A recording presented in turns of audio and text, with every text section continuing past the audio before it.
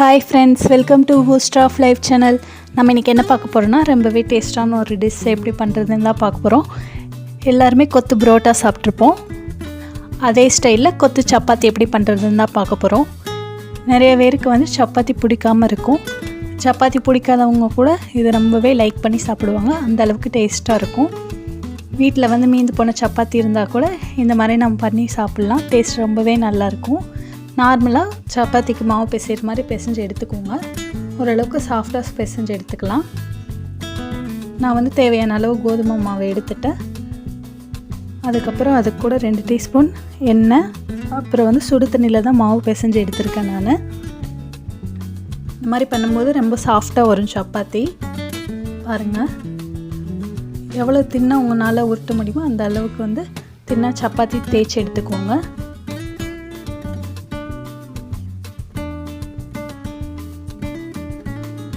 எல்லா சப்பாத்தியும் இப்போ உருட்டியாச்சு.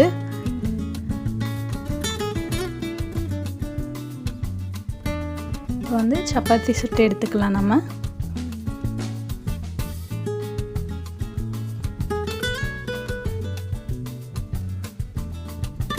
பாருங்கள், பார்க்கவே எவ்வளோ ஃப்ளஃபியாக வருதுன்னு பாருங்கள் சப்பாத்தி.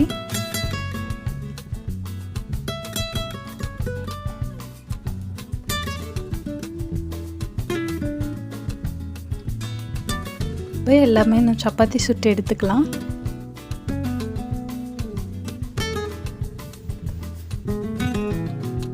அதுக்கப்புறம் இந்த மாதிரி ரோல் பண்ணி எடுத்துக்கோங்க.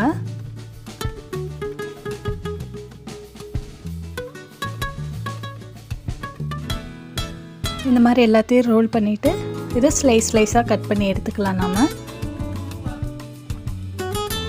நான் வந்து ஒரு 10 சப்பாத்தி எடுத்திருக்கேன்.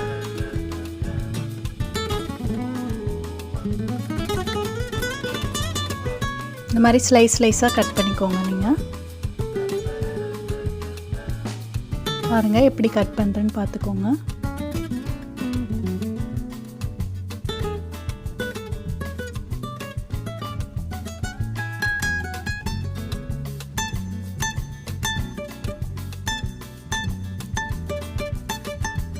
பாருங்கள், இந்த மாதிரி சேஃபில் கட் பண்ணி எடுத்துக்கோங்க. பார்க்க நூடுல்ஸ் மாதிரி இருக்கும். அதுக்கப்புறம் இதுக்கு தேவையான பொருட்கள்: 2 பெரிய வெங்காயத்தை இந்த மாதிரி ஸ்லைஸாக கட் பண்ணிவிட்டு, 2 கேரட், ஒரு பெரிய சைஸ் குடமிளகாய், அப்புறம் 2 தக்காளி, 2 மிளகாய், பச்சை மிளகாய் எடுத்திருக்கேன் நான், இஞ்சி ஒரு துண்டு, 3 பல்லு பூண்டு, புதினா ஒரு கை அளவுக்கு எடுத்திருக்கேன், அப்புறம் கொத்தமல்லி தேவையான அளவு எடுத்துக்கோங்க. இப்போ ஒரு மிக்ஸி ஜாரில் 2 பச்சை மிளகாயும், ஒரு துண்டு இஞ்சி, நம்ம எடுத்து வச்சுருக்க பூண்டு, அப்புறம் புதினா இதெல்லாம் சேர்த்து ஒரு ஃபைன் பேஸ்ட்டாக அரைச்சி எடுத்துக்கலாம். உங்களுக்கு வேணால் இதை சின்னதாக கட் பண்ணி அப்படியே கூட நீங்கள் எண்ணெயில் போட்டு வதக்கி எடுத்துக்கலாம்.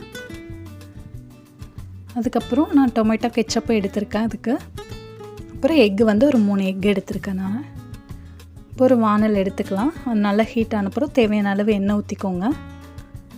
எண்ணெய் நல்லா காஞ்சப்புறம் நான் வந்து சீரகம் ஆட் பண்ணியிருக்கேன். கூட சோம்பு, பட்டை கூட நீங்கள் ஆட் பண்ணிக்கலாம். நான் வெறும் சீரகம் மட்டும் ஆட் பண்ணியிருக்கேன்.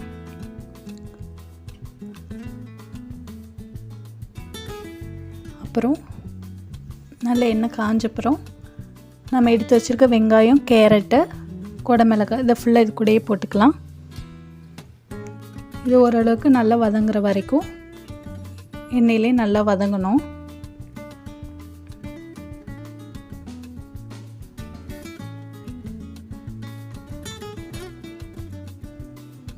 இதில் கொஞ்சம் உப்பு சேர்த்துக்கோங்க தேவையான அளவுக்கு.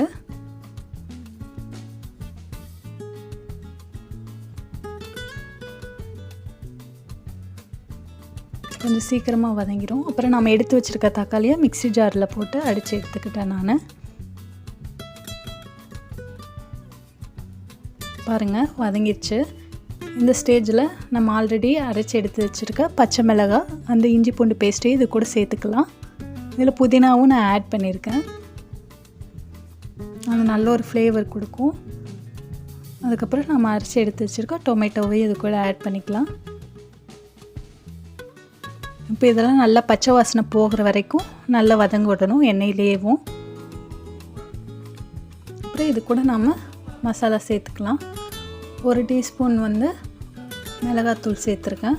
ஒரு அரை டீஸ்பூன் மஞ்சள்தூள், கொஞ்சமாக கரம் மசாலா சேர்த்துருக்கேன் 1 டீஸ்பூன். நீங்கள் வந்து காரத்துக்கு ஏற்ற மாதிரி நீங்கள் மிளகாத்தூள் சேர்த்துக்கலாம். அப்புறம் ஒரு 3 முட்டையை வந்து உடச்சி ஊற்றிக்கோங்க. இந்த பச்சை வாசனைலாம் போனப்புறம் நம்ம மசாலாலாம் சேர்த்தப்புறம் முட்டையை உடச்சி ஊற்றிக்கலாம். இப்போ நல்லா மிக்ஸ் பண்ணி விட்டுடலாம்.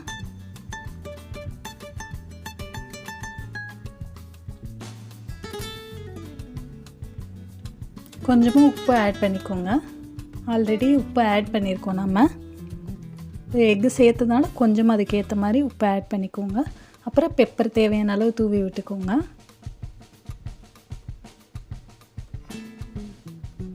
நல்லா மிக்ஸ் பண்ணிட்டுலாம். முட்டை வந்து நல்லா ஃபுல்லாக பாயில் ஆகிறதுக்கு முன்னாடியேவும் நாம் கட் பண்ணி வச்சுருக்க சப்பாத்தி இது கூட ஆட் பண்ணிக்கலாம். அந்த முட்டையோட ஃப்ளேவர் எல்லாமே சேர்ந்துருக்கும்.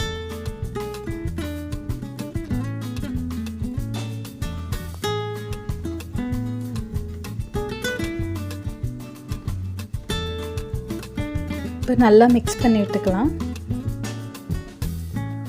நீங்கள் எவ்வளோ சப்பாத்தி சேர்க்குறீங்களோ அந்த அளவுக்கு வந்து வெங்காயம், கேரட் அதெல்லாம் சேர்த்துக்கோங்க தேவையான அளவு.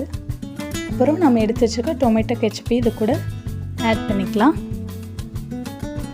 நல்லா மிக்ஸ் பண்ணிக்கோங்க. வேறு சில்லி சாஸ் இருந்தால் கூட நீங்கள் இது கூட ஆட் பண்ணிக்கலாம். அதுக்கு பதில் தான் நான் அந்த பேஸ்ட்டை அரைச்சி ஊற்றிட்டேன். கொத்தமல்லி இதுக்கு மேலே தூவி விட்டுடலாம். அவ்வளோதாங்க, ரொம்பவே டேஸ்ட்டான ஒரு கொத்து சப்பாத்தி ரெடி ஆயிடுச்சு. இந்த மாதிரி ட்ரை பண்ணி பாருங்கள். எல்லாருமே ரொம்பவே லைக் பண்ணி சாப்பிடுவாங்க. நீங்களும் இது மாதிரி ட்ரை பண்ணி பார்த்துட்டு டேஸ்ட் எப்படி இருக்குன்னு கமெண்ட் பண்ணுங்கள்.